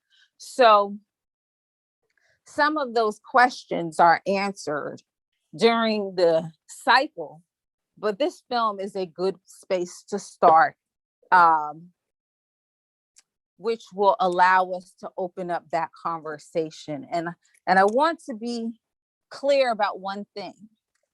Everything is up for critical analysis, meaning nothing is beyond reproach, in the sense that I use materials in order to engage a particular perspective, but I by no means have adopted certain materials to assert that any one individual is the ultimate authority on the plight of African people. Okay, and certainly not this particular film. Okay, this particular film is by a non-African person and is about the genetic documentation of human beings around the world. And I thought, and I still do think, which is why I'm incorporating it, that it's essential for us to have this conversation, primarily because of the simple fact that we need to affirm who and what humanity is and who we are as human beings.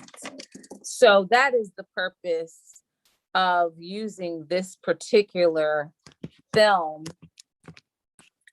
for this course, to open it up. But I don't want to fixate on the documenter, which is Spencer Wells, or who he is, because that's not the most important thing.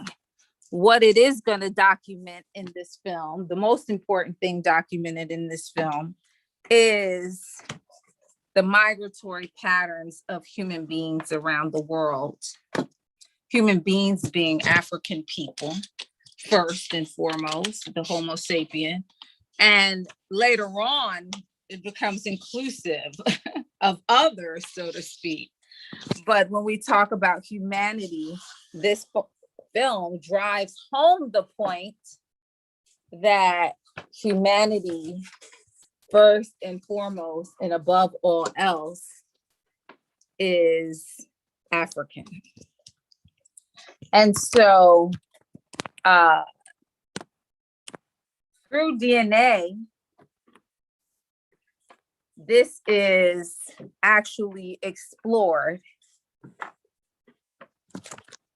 And that is what is documented in this particular film. So I don't want us to get caught up on Spencer Wells and anything related to him. I want us to stay focused on the fact that we are looking at how human beings travel around the world, develop culture, how this, a background for how culture and racial ideology emerge in the world, and who are the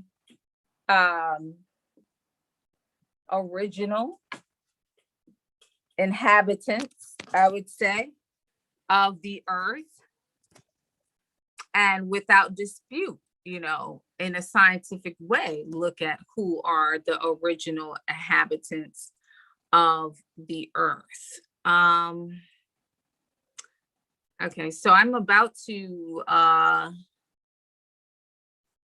don't know, something's going on with my camera situation, but you're about to see me in a second if I can just adjust this. 1 second, folks. I'm about to turn my camera on, so bear with me.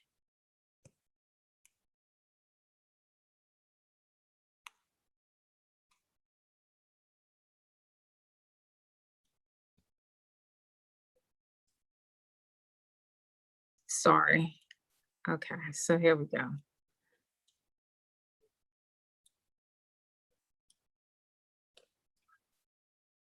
Okay, so you should see me. Okay, good. All right, so you can see me here.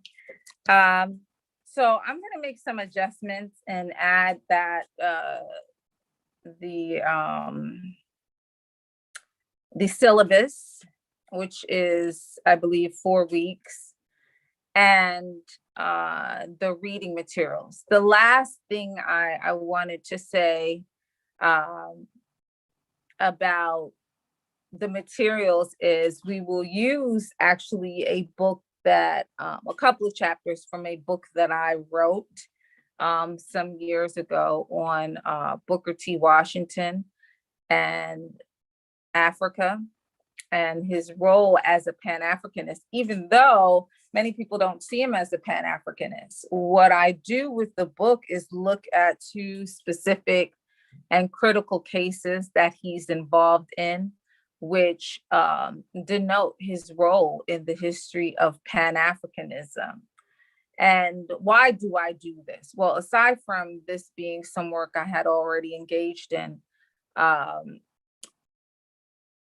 when we talk about, one of the things you should get from this course, and you'll see, because in the syllabus I've revised some things, and you'll see the expectations. One of the things you will get from the course is the ability to qualify proponents, organizations, policy for its Pan-African value.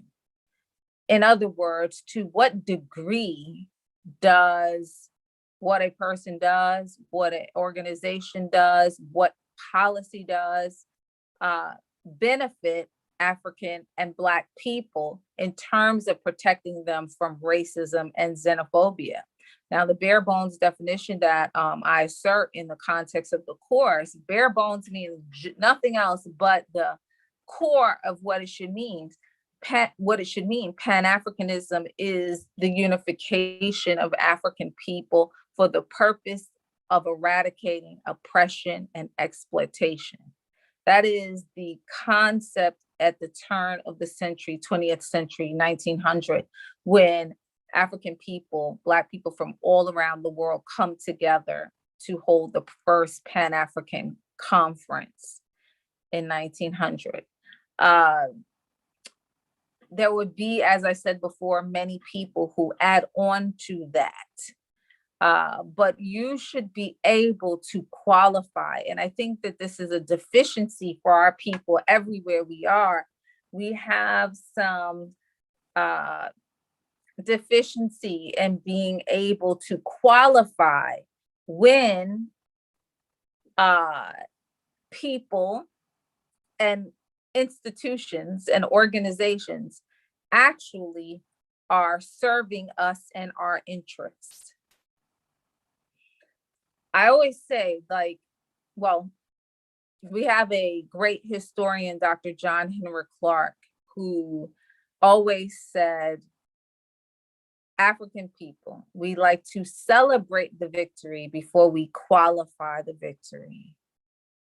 So very often we get caught up in symbolism, symbols that mean we're represented, symbols, right? So on the African continent, you guys know what I'm talking about in terms of neo-colonialism, leadership that looks like us. In America, we've had that too. Leadership that looks something like us.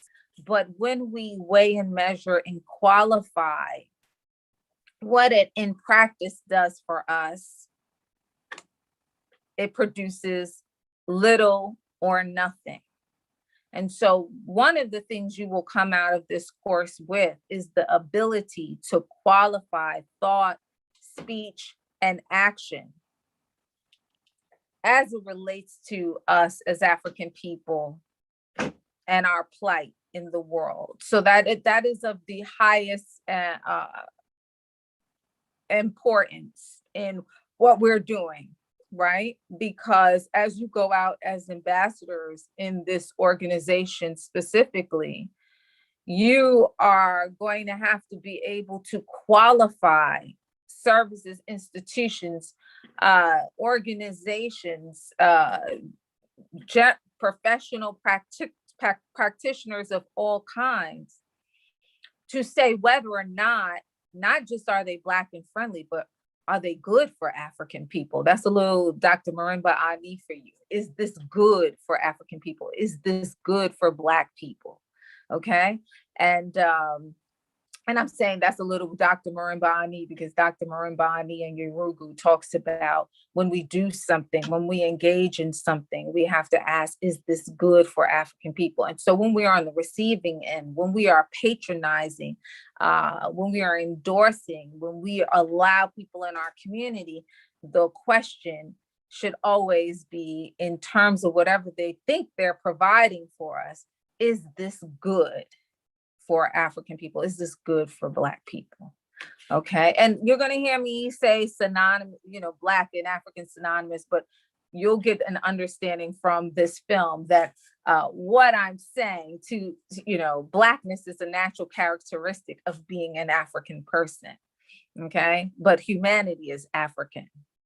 All right. First and foremost, right? None of us live outside of a cultural context or construct. The first cultures and people are on the African continent. Therefore, for the longest time, what it means to be human is African. Okay. So just to be clear, but melanin is just a natural characteristic that by Europeans has been turned into a racial construct, right? But there are a small group of people, and we've been here since the beginning of time. So this small group of people have created this construct that has been a virus upon a pandemic, as many people have said during this time, a scourge on the earth, right? But let's be clear, they have only existed 7,000 to 8,000 years in comparison to 200 to 300,000 years that African people have been here. And this thing called race that we're fighting, racism that we're fighting, is fictitious. It is not real. It is non-scientific. Okay. It cannot be medically or scientifically proven. And that is what this very first film that you'll watch in the context of this course will drive home to you. That all of our physical manifestations that seem to give a different appearance to one person or another are really just part and parcel of our various locations and cultural manifestations, as opposed to some real genetic difference, right? Not to say that we are all phenotypically the same. No, we have a genetic variation, the largest being on the African continent. However, climate, environment, proximity to the sun, diet, as you just finished your health course, all play a role in how our bodies develop and manifest in this reality. So those are some of the variables that lend to why we look different, as opposed to this social construct created by Europeans so that they could have access and monopoly to the resources on this earth, right? Whiteness having more and Blackness having less, when reality is that everywhere on the globe where you have African people spread along the equator, concentration in Africa, where we have melanin, we have been wealthy. Right? That is where the resources are, and that's where the human resources are. Okay. But we have been utilized under white supremacy and culture, and racism has been the tool through which they have decided who will have and have not. Right. So, and we're, this is all about educating ourselves to take back that power. So at the end of the day, we're going to start with qualifying the human being. Who are we? What are we? Okay. as we navigate around the world. And I'm going to, I'll stop it there because I don't want to ruin it for you. But when I put the film up, I'm going to preface it with some questions and things you should stay aware of. One, we don't care about Spencer Wells. He is just a vehicle through which we get to look at this issue of the emergence of humanity and the migratory patterns of humanity, and what that means. Two, he does make a statement in the context of the film about science, and science being something that Europeans use and that comes from Europeans. Nothing could be further from the truth. We already know, most of us know, that the first scientists on Earth come out of our ancient cultures, okay? Our high cultures, our classical African cultures, the highest expression being Kemet, all right, where we performed the first operations. We had the first doctors and historians, right? So the point is, and mastered human preservation of the human body, meaning today we can see the bodies of some of our pharaohs, right? So the Egyptian learning system, or what we call the mystery system, which was not so mysterious, but more scientific, or the keepers and the holders of universal thinking. That is the first university on Earth, next to some others that would emerge like in Timbuktu. So no European is the progenitor of science, period. But he's got to put himself on the map. Our purpose, how we are utilizing this film you're going to watch, The Journey of Man, A Genetic Odyssey, is to specifically look at the DNA mapping. There's always been this theory about the birth of humanity in Africa and humanity's migration around the Earth. It has always been a theory in the sense that it has not necessarily, beyond archaeological finds, been proven in the human population per se, meaning there has not, prior to DNA, been a way where we have been able to test people to see how they've migrated and confirm that this one is this one's father, is this one's father, is this one's great grandfather, and so on and so forth. But this film and this work does this. The Journey of Man, A Genetic Odyssey, and the scientist, the geneticist, is Spencer Wells. Interestingly enough, I want you to watch the entire thing to the end, because he at least asserts what the obvious is, right? That there's only one group of human beings, humanity. There's only one race, which is humanity, and that all of these other constructs are a result of human construction for the purpose of exploitation, right? And I'll get further into that. I don't want to belabor that point too much. Look, I'm not the greatest with the time, so let's look at this. Okay, 12:25. So I'm going to stop right there, because what I have to do, since I had one group missing and then I thought it was me, and I'm trying to switch devices, and let me begin to dialogue with you. Maybe you have some questions about, you want me to add something to the course, to talk about more, or less in the course. I could tell you something about myself, which I will in like maybe 2 minutes. But I think that the organization has some literature on me and the work that I do, so you don't have to take time up with that. But I want you to get some feedback from you all, like, why are you in this course? What do you expect from a course like this?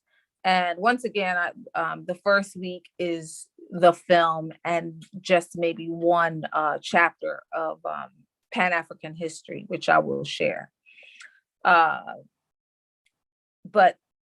heavy visuals this time around for the purpose of just making sure that I reach all the type of learners that are in here. So Alex or Yvonne, do you want to read the questions, or should I got about 10 more minutes, I believe, and I'm going to use, well, it's 12:27 here. So I have about 13 minutes. In less than 3 minutes, I'll tell you a little bit about myself. As you know, my name is Terry Wright. I've been doing this for I Love Black People I've been working with the organization for a while, but doing this ideological development course on Pan-African history and organizing. We've been doing this. I've been teaching this since last year, this time, I believe it was the first time. Well, last year, April. Was the first time. So you all are actually in the 6th or 7th cycle of this course, and I've like revised it, tweaked it a little, and all of that, and you will benefit from tweaking it again. I'm a Tuskegee alumni, where I was also a student of history. And I said that too calmly. I am from the great Tuskegee University, which is how I know Sinclair Skinner. I was a student of history major. As a student there, one of the greatest historic institutions probably ever, that is internationally known, and really a historically Black college in the sense that we built it, right? So that's a whole nother conversation about qualifying things. Also, I got my master's in modern African history. My specialization is independence struggle, the period of liberation. I originally wrote my thesis on the necessity of armed struggle in settler colonies, meaning East and Southern Africa. But then I would go on to do some other work around, Booker T. Washington, and actually his role and the institution's role, Tuskegee, in Africa, which it is actually well known. There are a lot of models of the institution I came from on the African continent. I got my PhD in public policy and social issues, where I discuss essentially another policy case, international policy case in African affairs related to the book you're going to read. And I complete that in 2011. I teach for the City University of New York. What else can I say? So I'm a researcher. Outside of that, I do public radio in New York. I also, so I've done that, for a couple of years, and returning literally in production right now. And what else? I'm a little bit of an artist on the outside of that, with a political spin to my work. And, I could go on and on, but that's enough, I think. You know enough about me. So how the work that I'm doing here with you all is work that I've organically and have been doing continuously. So I'm not new to, diving deep in the context of Pan-Africanism and qualifying either individuals, institutions, organizations. My forte is in critiquing policy that impacts African people globally. That's primarily at the heart of most of the work that I do, what I'm about and what my work is about. Taking policies that are meant to target us, but are in a different language than we speak, and deciphering that to our benefit and assessing how this either benefits us or doesn't benefit us. Okay, so that in essence is, you go. Okay. That in essence is what I do in terms of the research and scholarship that I also do. Okay. I'll stop there. I think that's sufficient. And then you'll see everything go up. So we have like 9 minutes, or do we? We have Yes. it's 12:31, I think, if my clock is 32, if my clock is right. So we have about 10, 12, 13 minutes. How can we benefit scholarship? Do you want to read the questions to me, or should I scroll through them? I can read them out. Anything that is the most important. Okay. Most of them are just congratulatory comments. There's this question from Akosa Akoben. He says that the Malcolm X grassroots movement and the PGRNA are very much active in the States. They focus on Black nationalism to new Africans here in the States, but maintain a Pan-African perspective. They came out of the UNIA ACLU, as well as the Black Panther Party for Self-Defense. Can we consider including their current works and contributions? And the second question from the same person is, what is your take on their perspective of Black nationalism in the USA? I don't know what their, because he mentioned a couple of organizations. I don't know their take on, I don't know their, I don't have a take on their definitions, because I don't know their definitions of Black nationalism, but I love that question, because I'm going to, let me find that question because it's long. Okay, Akosua, Akoben, okay. Why do I think I know you? But okay, I heard that name before. So you hear my kittens in the back. Okay, so they focus on Black nationalism in Africa. Okay. I mean, listen, any group or organization that's doing work around unification for the purpose of eradicating oppression and exploitation could consider themselves Pan-Africanists. So I think I think those are all positive things. I think one of the things that escapes us as a people collectively is that we don't get that, 99.9% of our work is working on unity, and the 1% is actively fighting those other folks who are anti-African and anti-Black. And why do I say that? Because I know for a fact, scientifically and historically, that ironclad unity, moving in blocks, insulates us. I know that being organized insulates us in a hostile world, in a hostile society, in a hostile nation. Okay? So we think that we should be fighting them. And I'm not against fighting, like fight. However, what we should be fighting for is not, nature is gonna, I don't want to go deep into that, but nature is gonna handle certain things. Okay. When you talk about various populations, but when you're for African people, Black people, the idea is securing them, and really unity is achieved by dispelling, destroying the superficial differences that have been imposed on us. And there's many ways to look at that, because we have had all the longest relationships on earth, particularly on the African continent. We have been neighbors the longest, we have been friends the longest, we have been foes the longest, right? And then here comes these European groups who utilize and exploit our continental differences, and which brings a group out to the diasporas. That being said, they do that for the purpose of monopolizing materials, right? Why do they come out into the world? And this is why we're going to watch this film, because Africans don't come out into the world because of depravity or scarcity, right?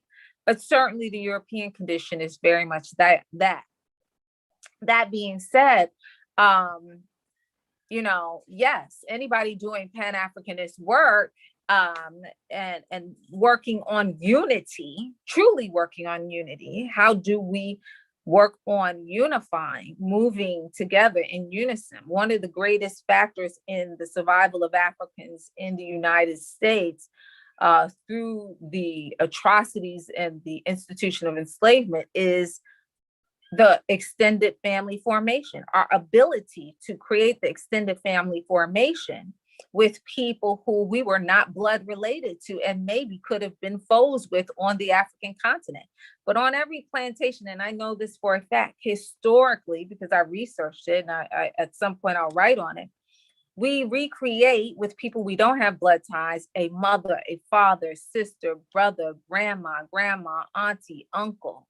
Why? Because that organization, that structure allows us to work together and protect ourselves in a hostile society. And we see that in larger society too. The African family in the United States only becomes very vulnerable to economic, forced out to systems, social systems, when the family structure, which is always extended family formation. So most Black people in the United States up until the 70s lived in households where grandma, grandpa, auntie, uncle, mother, father, sister, brother, and children all lived there together. It wasn't just because we want to be up under each other. We understood that there was security in that and economic, we could weather hard economic times and other things, right?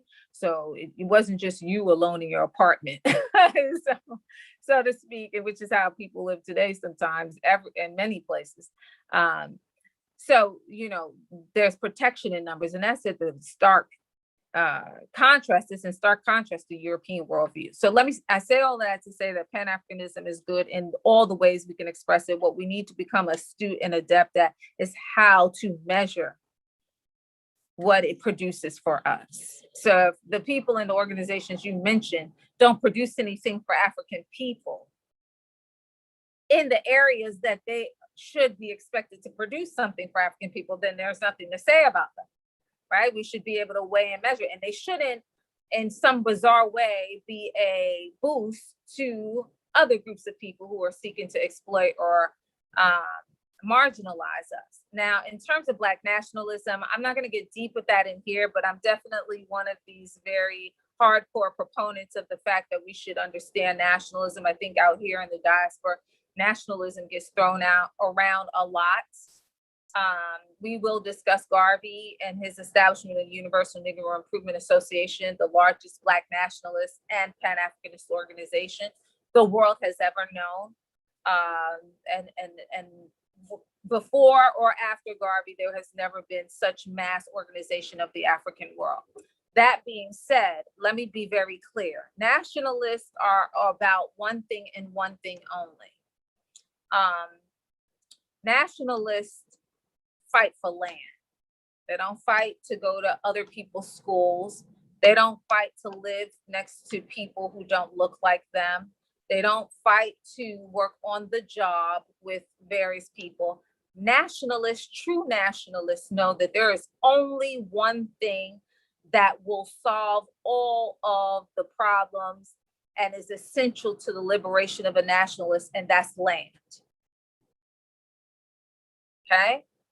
We're not fighting about politicians you sent here or there, because a true nationalist knows that the only thing to fight for is the land, which allows you to assert nationhood.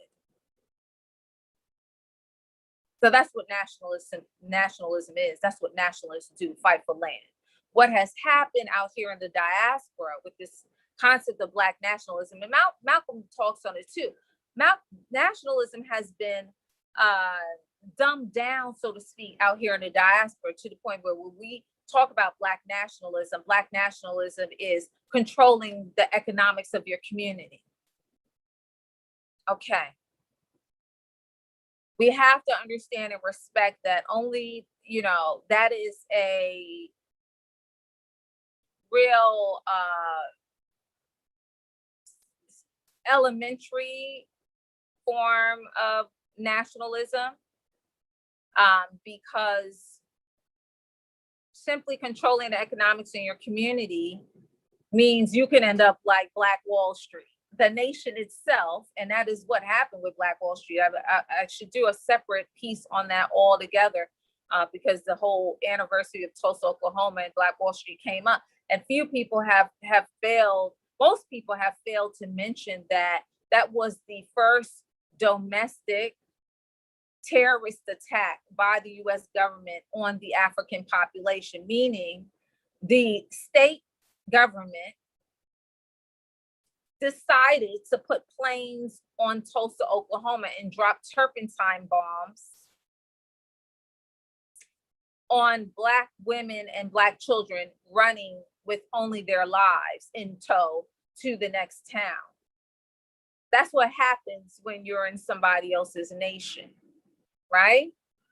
So you can control the economics of your small little community.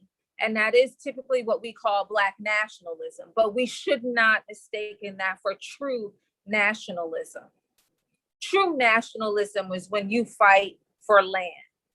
And any nationalist, true nationalists, would never waste their time saying, I just want to control a corner, when I know I can fight for the nation, because the land will provide all you need to build your nation. And you will be able to not only take that land, okay, because that's what nationalists do, take land, you will be able to hold that land, which means defend it. So, out here, they're out here, and I'm talking about the diaspora, you have people who express themselves because they're saying that they're for independence. We probably should find another phrase, because nationalism really isn't. And I do consider myself someone of the nationalist persuasion, but I identify far more with African nationalism and the desire to see Africa be a unified continent, right? I have less proclivity towards Black nationalism, in the sense that controlling your neighborhood that could get bombed, like Tulsa, Oklahoma, or Philadelphia, the move, the Africa family and move in Philadelphia. I have less desire to end up in those spaces and call myself a nationalist, because you know that there's only one thing to fight for: land in your life. Okay. I'm going to leave that there because it's further. So you can be Black nationalist and Pan-Africanist at the same time, certainly. And, Garvey was that. And what made him a nationalist? He was talking about and writing about and organizing in the vein of saying Africa for Africans. Okay. And really in a very nationalist sense, that it wasn't for anybody else. He's saying Africa for Africans because everybody, the French, the British, the Germans, the Portuguese are in Africa, right? And are benefit the least and being exploited, killed, and marginalized on the African continent. So I'm gonna leave it there. I think that one question just took it up. But guess what? You can, I still can address your questions, carry them over to the next time. If Alex or Yvonne actually copy them and allow me to come back to them. Okay, because it's actually 12:45 on the dot. So if you could just like cut and paste them, that would be good. You will see everything posted now that I'm in all the groups. You'll see everything posted for me, from me, namely the film, the syllabus, and one chapter on Pan-Africanism, which is actually from the context of the book I mentioned. I wrote a chapter on Booker T. Washington, Pan-Africanism and Pan-Africanist. And I only using that because I know it recalls the totality of the Pan-African world at that moment in time historically. So we're going to double time it because it's only 4 weeks, and we'll take it from there. Okay. I don't know if you all can hear my kittens in the background. It's ridiculous. But okay, I'm gonna end there. Thank you all for your time. I look forward to seeing you. That request and everything else, Yvonne and Alex are gonna copy it, and I will get to all of those things. Okay, but I wanna, time is of essence here. Yeah, you're welcome. And I don't want to go over just because I'm the last lecturer today for our session, okay? Because I know some of you have been on here for hours now at this point, okay? So, love African people, Black people through action. That's what you're doing with I Love Black People. I am because we are, and I will see you all next week, okay? Peace. Thank you. Thank you.